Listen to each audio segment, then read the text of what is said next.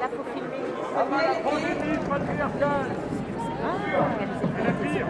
Ah merci. Non, en fait, petit changement de programme, je vais passer d'abord la parole à Elsa Feussillon, députée communiste, qui, avec moi du moins, on a monté le comité de suivi à l'Assemblée nationale sur l'assurance chômage. Ah, et Elsa a bien voulu présider ce comité de suivi. Vous pouvez l'applaudir très fort parce qu'elle est une des rares, avec notamment Mathilde Panot, à défendre le dossier d'assurance chômage à l'Assemblée nationale et à régulièrement poser des questions qui fâchent. Je vous invite à regarder son intervention devant Elisabeth Borne. C'était absolument remarquable. Je vous demande de l'applaudir très fort. Elsa Feussillon!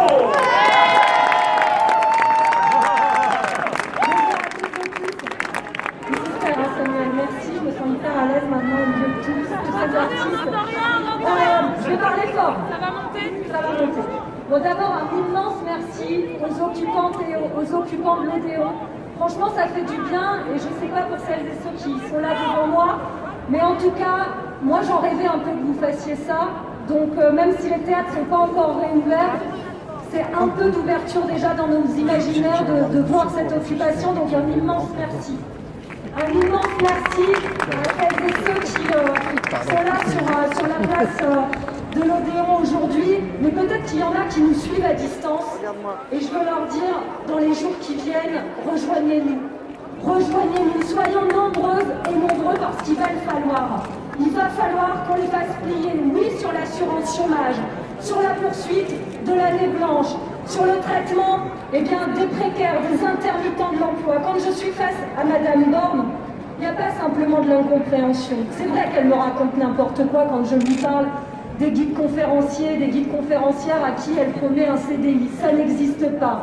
C'est vrai qu'elle explique qu'elle va faire moins de CDD et qu'il va falloir faire un bonus-malus pour les entreprises. Qui peut croire ça de la part d'un gouvernement qui a fait et qui a massacré le code du travail? Qui peut croire aujourd'hui dans ces personnalités qui vont nous expliquer qu'il y aura du CDI pour tous? Ce n'est pas vrai. Et même si à un moment ils pouvaient espérer le faire, il y a une urgence et une détresse telle aujourd'hui qu'il faut répondre par des droits pour toutes et pour tous. Et c'est bien pour ça que je suis ici auprès de vous aujourd'hui et que je tente avec d'autres à l'Assemblée nationale de faire entendre cette voix. Mais voyez et voyons ensemble combien c'est difficile face au mépris et à la recherche d'invisibilité de la part du gouvernement, parce que les précaires, les artistes, les intermittents de l'emploi et les intermittents du spectacle qui s'unissent aujourd'hui ici, ils et elles sont les variables d'ajustement de la crise, du paiement de la dette, parce que c'est à elles et eux, c'est la chasse aux précaires qui est ouverte, c'est bien ça qu'il y a devant nous. Donc c'est sûr qu'un immense merci pour tout ce que vous faites, mais j'en appelle vraiment à toutes celles et ceux qui nous entendent de loin à nous rejoindre dans les jours qui viennent, parce qu'il va falloir que nous fassions force, et je suis sûre que ça peut être une force heureuse, donc venez nombreux et nombreux. Et maintenant je laisse la parole à Samuel.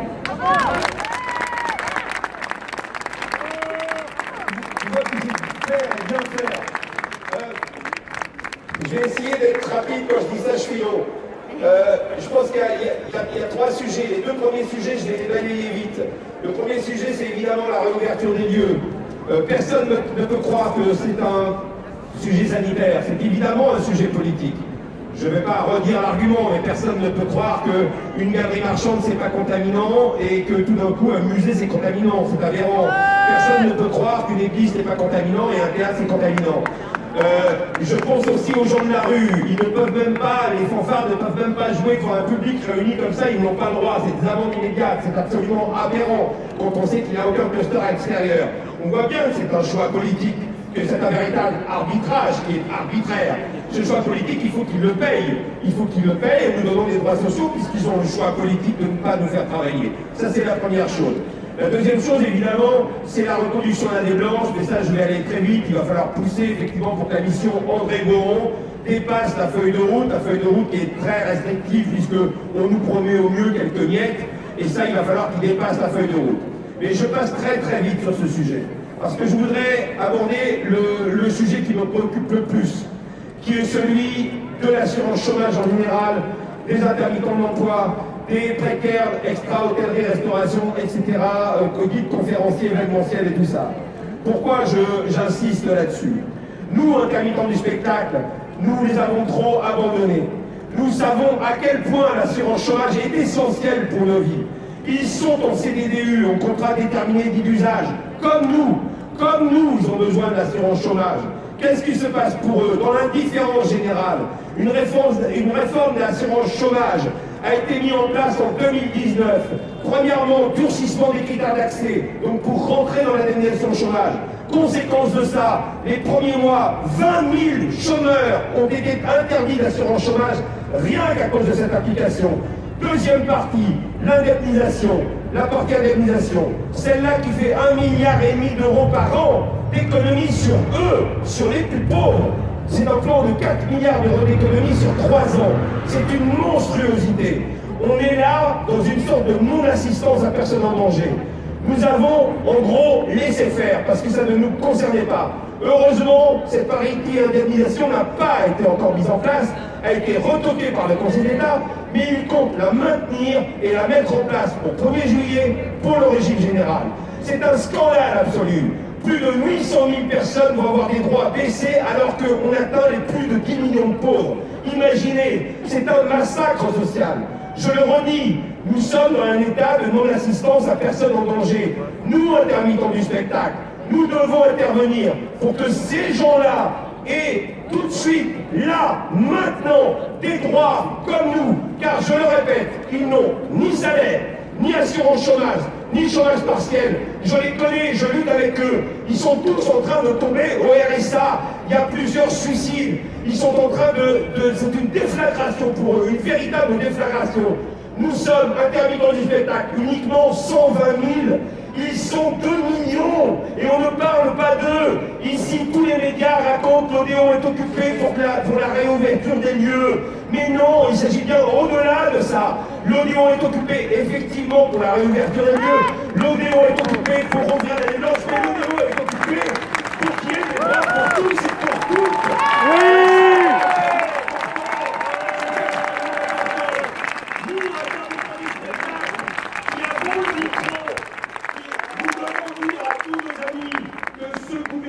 Est une honte qu'il attaque les droits sociaux, qu'il attaque les droits des chercheurs en les traitant d'islamo-gauchistes, les droits des infirmières. Je vous rappelle que aucune infirmière intérimaire n'a touché de prime. Aucune infirmière intérimaire n'a touché de prime. Les copains médecins urgentistes m'appellent régulièrement pour dire que le nombre de lits d'hôpitaux ont baissé et pas augmenté. Ce gouvernement attaque tous les symboles du Conseil national de la résistance, un par un, de l'assurance chômage en passant par la sécurité sociale, en passant par tout. Il faut les arrêter de nuire au plus vite. Nous devons monter en puissance au mois de mars, investir tous les théâtres en France pour porter nos revendications. Je terminerai par un mot de ce bon vieux Jacques Ralit, qui était un camarade de lutte du Parti communiste, qui était aussi spectateur de ce théâtre. Il est venu 20 fois dans ce théâtre et il aimait citer Charles Péguy, cette phrase de Charles Péguy qui dit je n'aime pas les gens qui réclament excusez-moi la phrase, je n'aime pas les gens qui réclament la victoire et qui ne font rien pour l'obtenir. Je les trouve impolis. Eh bien, réclamons la victoire, mais faisons tout pour l'obtenir. Bravo.